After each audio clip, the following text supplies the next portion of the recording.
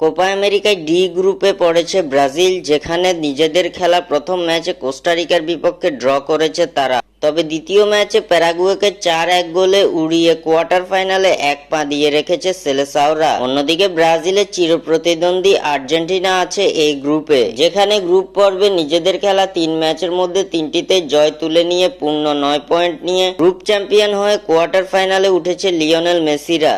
এদিকে ব্রাজিলের হাতে এখনো বাকি আছে একটি ম্যাচ। গ্রুপ পর্বে নিজেদের শেষ ম্যাচে কলম্বিয়ার মুখোমুখি হবে 5 বারের বিশ্ব চ্যাম্পিয়নরা। আগামী 3 জুলাই বাংলাদেশ সময় সকাল 7টায় কলম্বিয়ার মুখোমুখি হবে ব্রাজিল। গ্রুপ পর্বে প্রথম ম্যাচে ড্র করে পয়েন্ট হারিয়েছে ব্রাজিল। অন্যদিকে আর্জেন্টিনা 3 ম্যাচের 3টাতেই জয়ের মাধ্যমে পূর্ণ 9 পয়েন্ট অর্জন করা। দুই দলের গ্রুপ পর্বের এমন অবস্থাতে ভক্তদের মনে প্রশ্ন, ফাইনালের আগে কি মুখোমুখি হবে ব্রাজিল আর্জেন্টিনা? ব্রাজিল যদি ডি গ্রুপ থেকে গ্রুপ চ্যাম্পিয়ন হয়ে কোয়ার্টার ফাইনালে উঠে, তাহলে তারা প্রতিপক্ষ হিসেবে পাবে সি গ্রুপ থেকে দ্বিতীয় দলকে।